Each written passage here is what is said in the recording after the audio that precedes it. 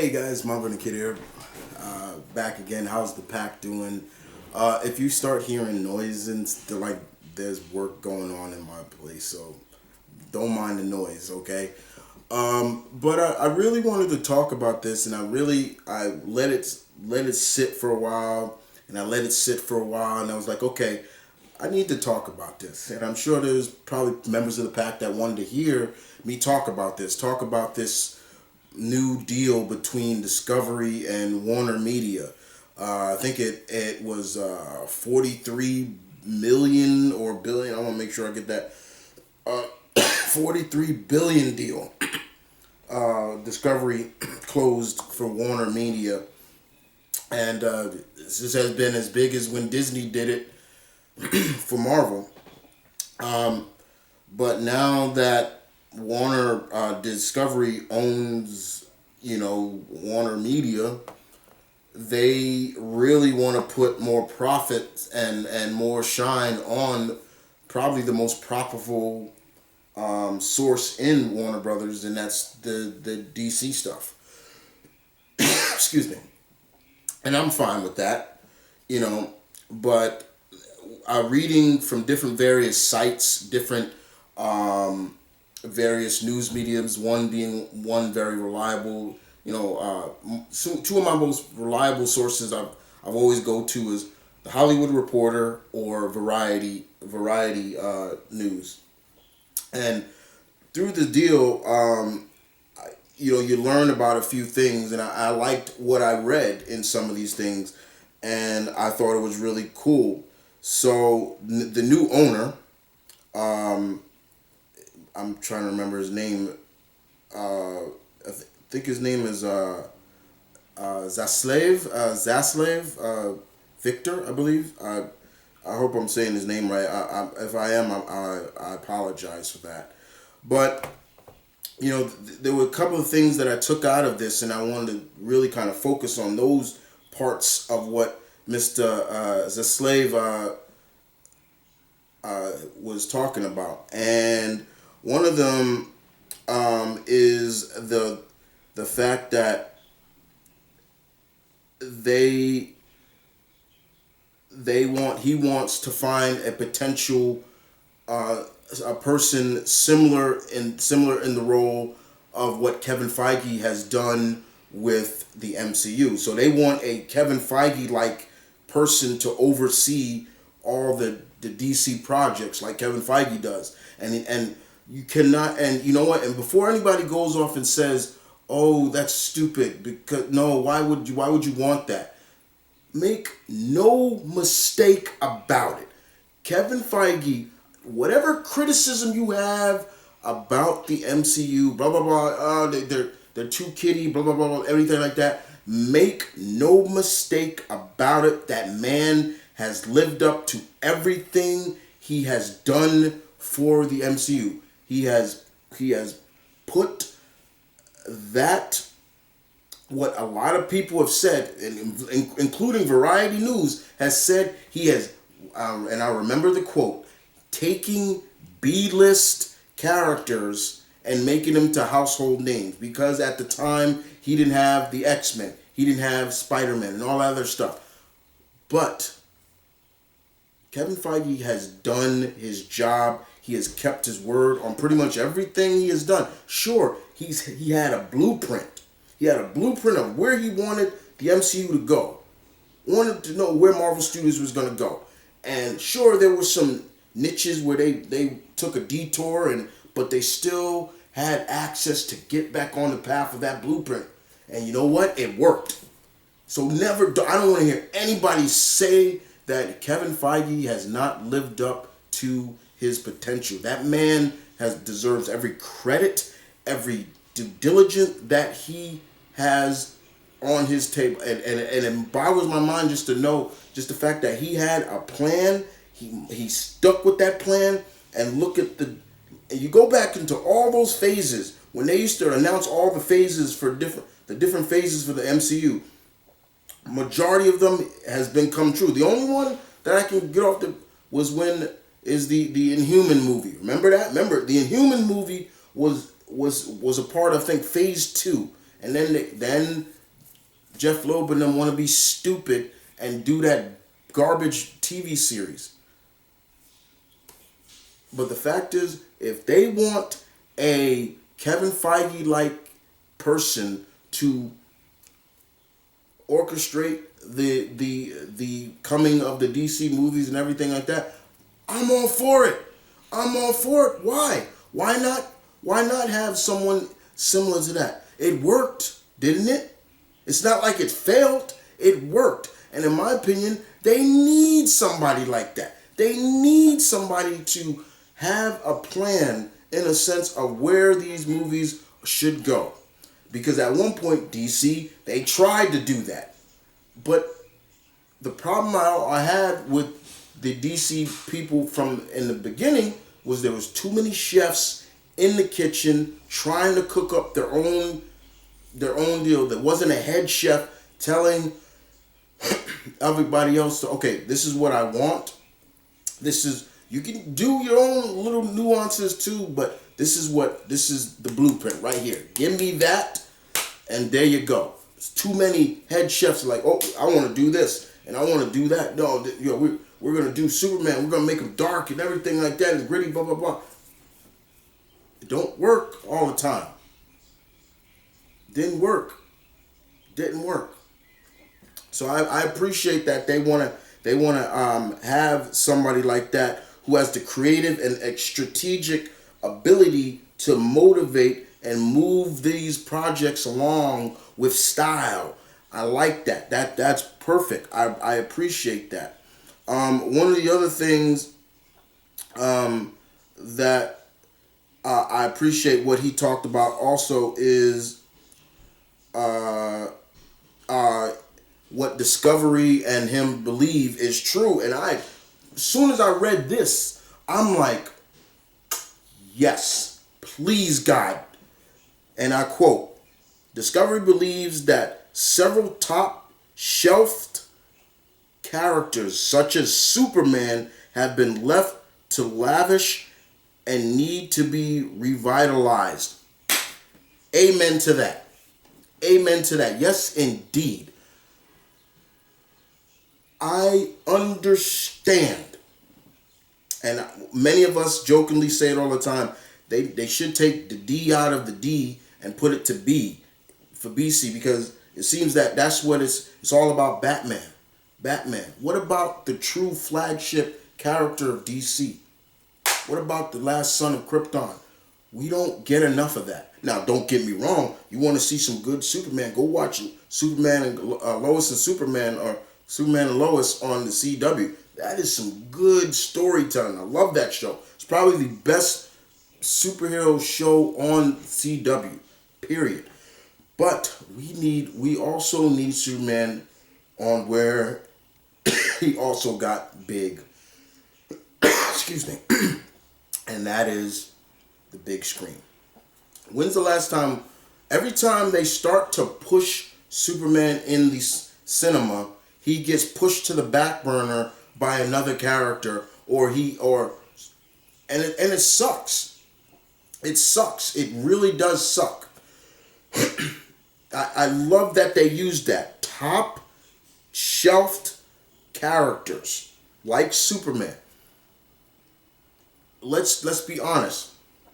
Let's be honest. Was Henry Cavill a terrible actor to play Superman? Hell no, he wasn't. Was he a bad Superman? Hell no, he wasn't. Did he have bad material? Yes, he did. Okay? He tried to do his best he could for it, but it wasn't enough. But he was not a bad Superman. He had good material. He had bad material. I don't care what anybody says. What I saw in the Snyderverse was not the Superman I need to see. That's not the Superman I want to see.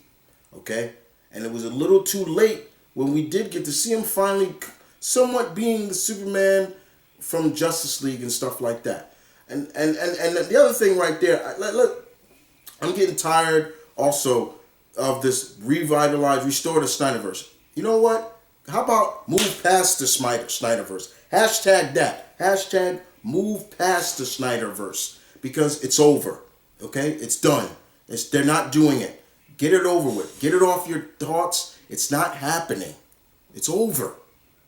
But you guys keep I didn't care for the Justice League movie now, and I didn't care for that 3-4 hour movie. Don't care. I don't care. I didn't care for it now. And, oh, we got to see Martian Manhunter. When the hell have they ever really put the emphasis on Martian Manhunter? Never. They have never done it. When's the last time we saw that? Oh, Supergirl, yeah. But outside of that, he always gets pushed to the back burner. Always. Oh, we saw what would have been John Stewart, Green Lantern in the Justice League. I'm not going to sit here and say I don't care, but if you're going to put emphasis on the Green Lantern Corps, do it. Stop hesitating. Do it. Make up from that BS that we got in 2011. Okay? But you're not giving us any kind of hope with that. But the fact is, yes, Superman should be top tier on that list of, okay, yeah, we're going to keep him around. He needs to be around. He is one of the flagship characters of this company. Just do it. But every time they do it, they start it, it gets put. We thought after Man of Steel, I didn't hate Man of Steel, but it could have been much better. And next thing you know, what happened? We thought, oh, we're gonna get Man of Steel 2, and I'm thinking, oh, great, we're gonna get Brainiac, and probably Supergirl's gonna join that stuff and everything like that. Nope. What we get Batman versus Superman, which I get so sick and tired of seeing over and over. But I'm glad that they put the emphasis on that. The other thing that they talked about also is they also believe, and I quote, they also believe projects like Todd Phillips' Joker are a shining example of how second build characters from the DC library can and should be exploited. Another good example is Margot Robbie's Harley Quinn is another example. They also go on to say, and I quote, DC has started to figure out ways for its big screen films to inspire more streaming content. Recent example including the HBO Max show Peacemaker, which was a spin-off of the Suicide Squad, as well as an upcoming planned series of Colin Farrell's The Penguin. I didn't know that. And Gotham City's police force from Matt Reeves. But the company believes DC must do more to grow its approach to comic book fare, including bolstering gaming as well. Okay, so that's another thing I wanted to talk about too. I understand where they were coming from with that too. You know, I didn't really care for the Joker. You know, if you liked it, more power to you. I'm not hating on anybody that loved it. But if you're going to do stuff like that, where you're going to have films of second build characters, and this is an opportunity to use characters like that, especially where they can approach that R rating, then this is where, in my opinion, this is where you need to start maybe doing films that focus on more characters that have a flair for the more adult theme, or, you know, more gory side to things. You know, like maybe for example, would I mind seeing a movie dedicated to, let's say, Lobo? No, I wouldn't. A movie about the main man? Okay, let's go for it. You talk about that, or a movie dedicated to, let's say, Slade, Deathstroke the Terminator. Would I be wrong? I'm sure they wouldn't call him that, but yeah, I would not mind. Could we, stuff like that works. But I understand where they're coming from with that. And then even going into the more using the streaming as a means of bolstering characters. I mean, we got the Blue Beetle movie, we got Batgirl, we got, and all the shows from Doom Patrol to Titans to, I think they're still working on that Green Lantern show, which is going to be kind of like an anthology story piece. It's going to focus on different lanterns of different eras. They are doing Alan Scott, so that's great. But yeah, I mean, when I look at Peacemaker was good. John Cena, I watched this man career from his career in the WWE up until now, and I'm very proud of what he has done with his career. And it worked. Peacemaker worked. It was a good show. I enjoyed it. Never was that big of a fan of the Peacemaker in general in the comics, but he made it work. Having said that, with DC, there are characters that could benefit from the streaming service, and I think I will. Perhaps I will do a video on that. Characters that would benefit from that, where they can go a little bit darker and harder into it would go harder into it. But yeah,